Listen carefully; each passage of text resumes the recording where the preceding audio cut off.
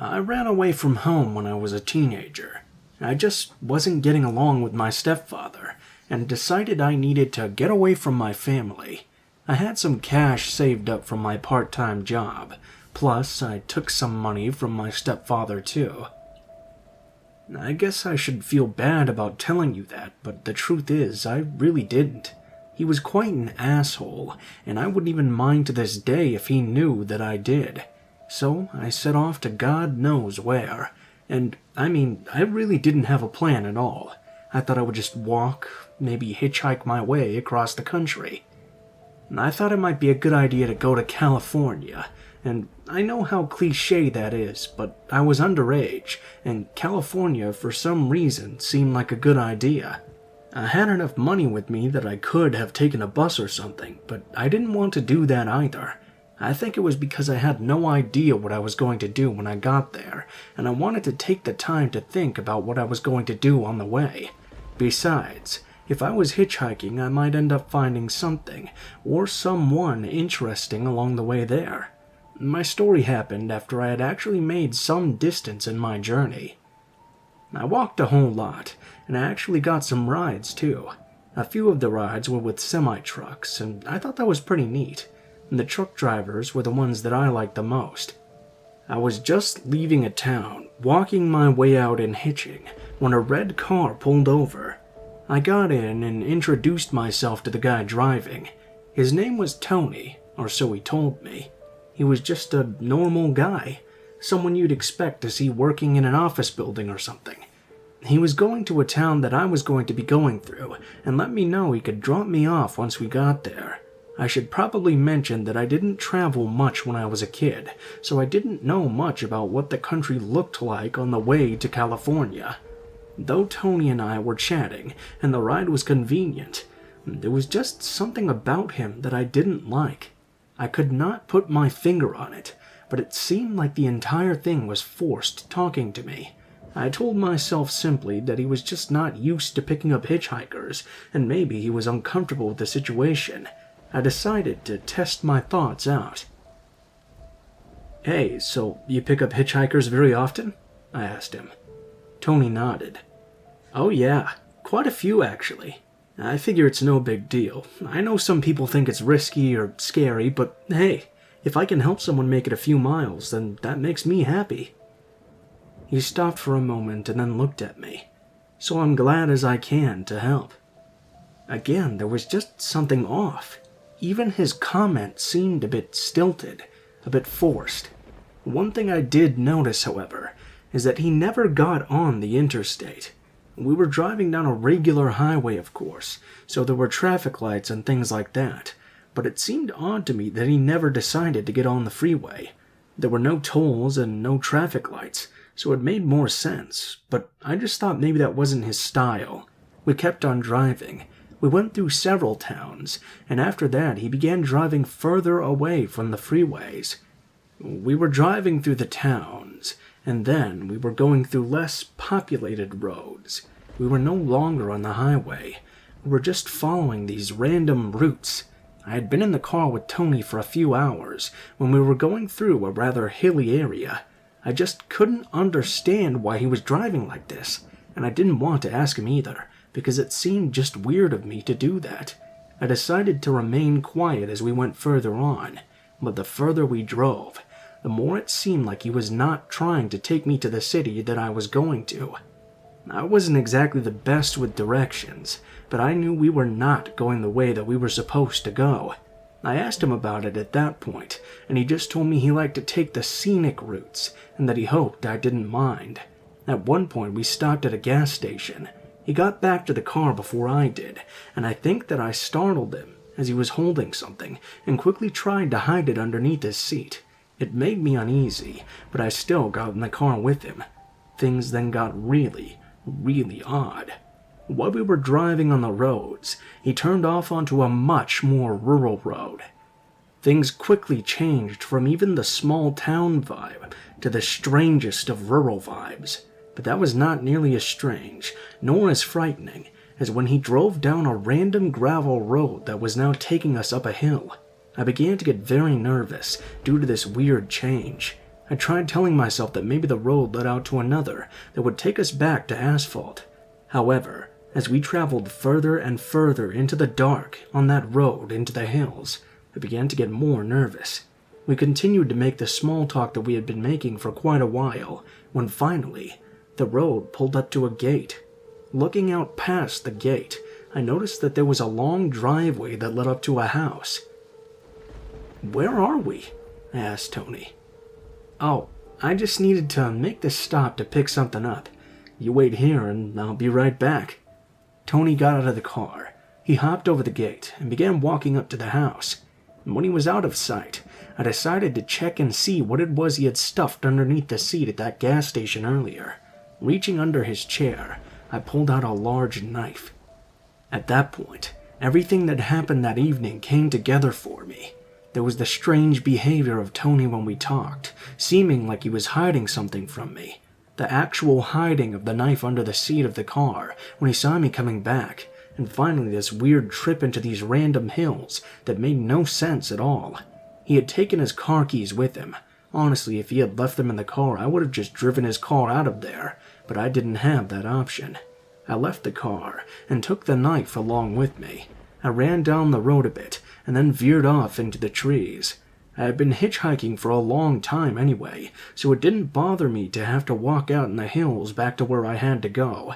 I kept going through the woods for as long as I could. I didn't stray too far from the road, though. I saw a few times as Tony's car drove by, and I noticed him shining his flashlight out into the woods.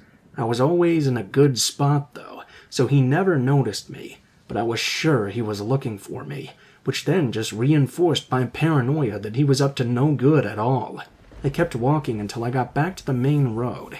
It took me a couple of hours, but I did make it back, and then I was able to make it to the next town without any problem. Walking on the open road was a lot scarier than walking in the woods had been, though. At least then, I'd had a hiding place. As I was walking out in the open, I kept expecting every car zooming by to be Tony's, and I expected something bad to happen to me. But thankfully, nothing ever did. I made it to town, and the following day I was picked up by another semi-truck. For the rest of the trip, I just rode in those semis, because it seemed far safer to me. I mean, those guys were out working, and likely not trying to kidnap me or whatever. I admit I really have no idea if Tony was up to no good, but the pieces of the puzzle all fit together, seemed to indicate just that.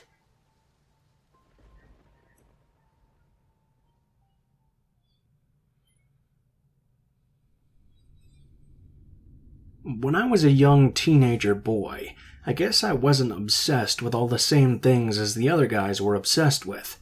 Don't get me wrong, I liked girls, but I just wasn't trying to get all the girls in the sack all the time. No, I was in search of love, and I was hoping I would be able to find it at such a young age. It feels a bit silly now, being older, and realizing just how difficult a thing love is to come by as an adult, much less a kid who really knows nothing about it. Of course, I would never have had the nerve to ask any girl out on a date. Most of all, I would start liking some girl, whether she was out of my league or not. Then I would pine for a while, walk around with head down, depressed at myself for being like this. I guess you're wondering just what this has to do with my story. Well, it's setting up so you can understand what I was going through at the time. You see, I had a crush on this girl when I was 14, and I nearly had up the nerve to ask her out on a date, but it was the end of the school year, and I just let my chance skip right by me. I knew I wouldn't be able to see her again until the end of summer, because she didn't live anywhere near me. I realized that I would be just spending my entire summer alone. I spent the entire summer not being able to sleep well. I would get up and go for walks then. I would walk around with my head down, watching my feet kick rocks along the road. It was during one of these walks at night that I came across something really, really scary. I lived in a house that was down the road from a hill. There was a small neighborhood right there, and I normally would walk around in that neighborhood, but this time I walked down the road and went over to a road that led up into a hill. I had never walked down this road on the hill before, mostly because I figured it was probably the private property of someone else, but this time I wanted to go somewhere I had not been before. So, as I walked along, I looked up at the hill and decided to take the road that way. Like I said, I was feeling pretty down and out at the time, so I just spent all the time deep in thought. The road I took wasn't one that I had ever taken before. I was walking uphill, all the way to the top of the hill. There were no driveways or anything like that. I wasn't surprised, though, because a lot of these old country roads led to houses of people who wanted to live way out in the country, as rural as possible. Now, it was when the road got to the top of the hill, and then I was beginning to descend a bit, that things started to get a little weird. The road wound down the hill, and eventually around another one, but what I noticed at the bottom of the hill was some sort of light. It was hard to tell what it was coming from at first, so I walked a little bit downhill in order to see if I could try and make out whatever it was. After walking for a while, I discovered that what I was looking at was a car with its headlights on. However, the car was not in motion. It was just sitting in the road, sitting sideways, blocking the path. The lights were shining off the road into the forest. I was both curious and a little freaked out by this. It didn't make much sense to me that someone would be blocking the road, and of course that meant I was not going to be walking down the road much further. I really didn't want to come into contact with anyone. Suddenly, there were 3 gunshots, shotgun shots. I was startled, nearly jumping out of my skin. After hearing gunshots, I should have turned and left. I was scared, but I was also curious as to what might be going on. I stood there and watched for a little bit, wondering if I was going to hear anything else, but I didn't. I did see something, though. The car was moving now. It straightened up in the road, and the lights were now pointed towards me. The car started moving very slowly, driving down the road at me. I retreated a little bit. The car was moving very, very slowly. I was able to make it up back to the top of the hill, but then I realized that even though it was moving slowly, it was still moving faster than me. I began to get scared, and I felt I had good reason to be. There was no reason I could think of that someone would be shooting a shotgun at this time of night. Hunting in that area was not allowed after dark, and besides, I doubted that hunting was allowed on that area at all. Of course, I wasn't exactly sure about that. I decided to get off the road and let the car pass by. My curiosity was still piqued, though, wanting to figure out just what was going on. So I hopped off the road and climbed up a tree. That way I could see as the car passed. It took a while before the car came into view, but when it did, I was shocked by what I saw. There was indeed the old car driving up the hill, but it was flanked by 3 men in front of the car, all carrying shotguns. They were walking slowly, while someone in the car was shining a spotlight out on either side of the road. They were obviously looking for something. Fortunately, the light was never shown up into the tree I was in. I can't tell you there was anything abnormal looking about the men themselves. They just looked like your standard country boy types. But the fact that they had shot at something earlier, and were now obviously looking for something in the woods, scared me deeply. Either they were up to no good, or they were hunting something, and that was no good itself. Those were the only 2 logical options I was able to think about. So I waited up there until they passed, and after they had passed, I waited a little while longer as well. I was scared to death at that point. I wasn't thinking that they were doing something wrong, but I still didn't want to take that chance. I was more scared that there was something or someone in the woods that they were after. That was the most terrifying part of it. Wondering whether or not I was out in the woods with some escaped lunatic, or something even worse, if there is something worse. I waited for a bit, and finally got the nerve to climb down the tree. I made it back over to the road, and began walking from where I had come from. It was nerve-wracking. Every moment I was expecting something to jump out at me. At that point, my mind was coming up with so many possibilities of what may be going on here. The car didn't come back, though. I was able to make it back to the asphalt road, but my nerves were shattered by the time I did. I was literally trembling and was not comfortable until I made it all the way back home. Well, it turned out I had been partially right. There were these two men who had just escaped from the county jail not the day before. Both were up on some pretty nasty charges. I came to the conclusion that the guys I saw were probably out manhunting for them. I don't know for sure, but I began wondering if I had moved in the woods, if they would have shot at me, thinking I was one of those escaped convicts. Well, anyway, I suppose that I should tell you that I never thought about the girl again. She completely skipped my mind until the next school year, and I wasn't interested anymore.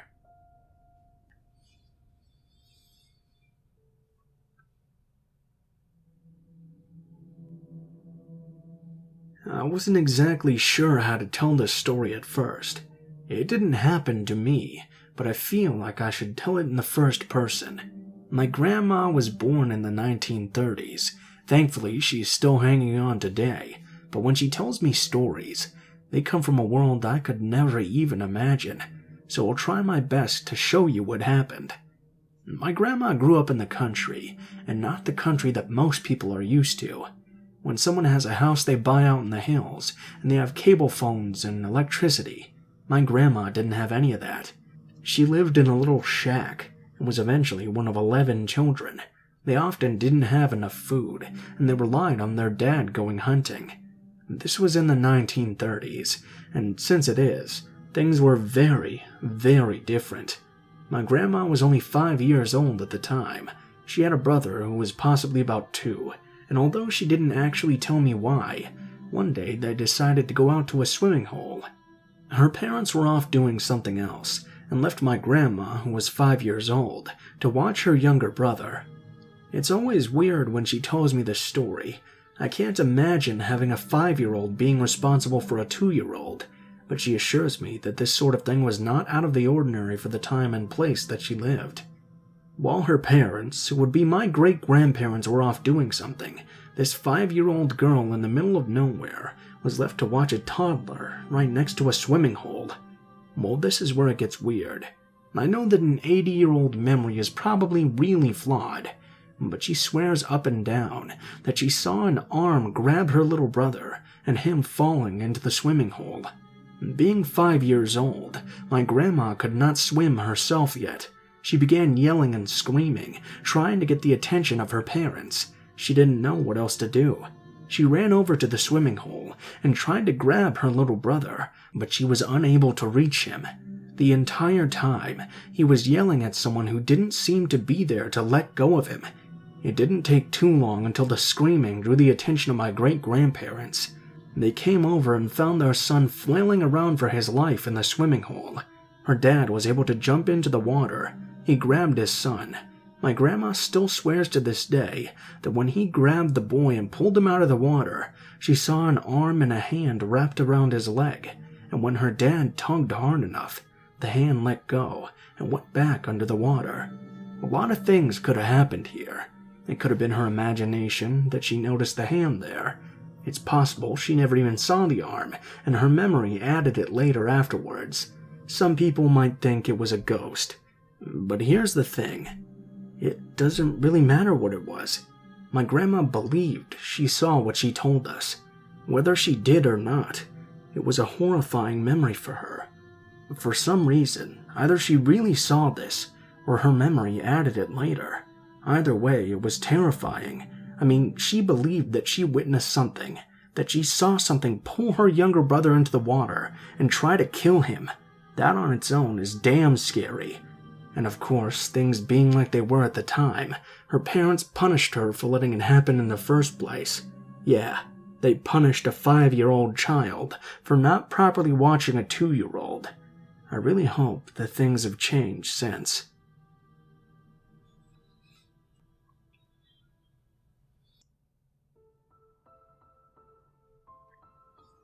What is up, guys? Blue Spooky here. Thank you guys so much for watching, especially if you made it this far to the end of the video. If you guys liked the video, please be sure to like, share, comment, and subscribe if you feel so inclined.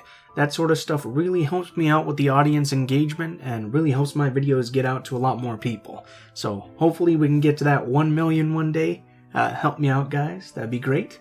Once again, starting this week on the second channel, we're going to be doing some true crime stuff. probably twice a week if I feel in the mood for it and feel like doing all the research required. Those will be on Wednesdays/Thursdays and Saturdays/Sundays probably. So look forward to that if you're interested. There's a link to my second channel in the description. The name is Mr. Blue Sky, so keep an eye out for that. If you guys feel like contacting me for any reason, links to all of my social media will be in the description below, including my Facebook, Twitter, and Gmail accounts. Send me a message on any of those, and I'll try to get back to you as quickly as possible. If you do decide to send in a story, please make sure that it has proper grammar, and try to include as much detail as possible so it's long enough for me to include in a video. Also, please be sure to include in the tagline what the name of the story is, if it has one, what type of story it is, if it has a theme, and how you would like to be credited in the description of the video the story appears in. If you guys are curious about the art used in this video, links to my artist, Alan, will be in the description below. He does a lot of horror art stuff, and he's really good at it. He also does commissions, so if you guys have any projects you want to work on or something, please be sure to check him out. He can probably get you something really good. As usual, links to the music used in the video will be in the description below in the order which it appears. I think that's pretty much all for now, guys, so thank you guys so much for watching, and I hope you guys have a great day.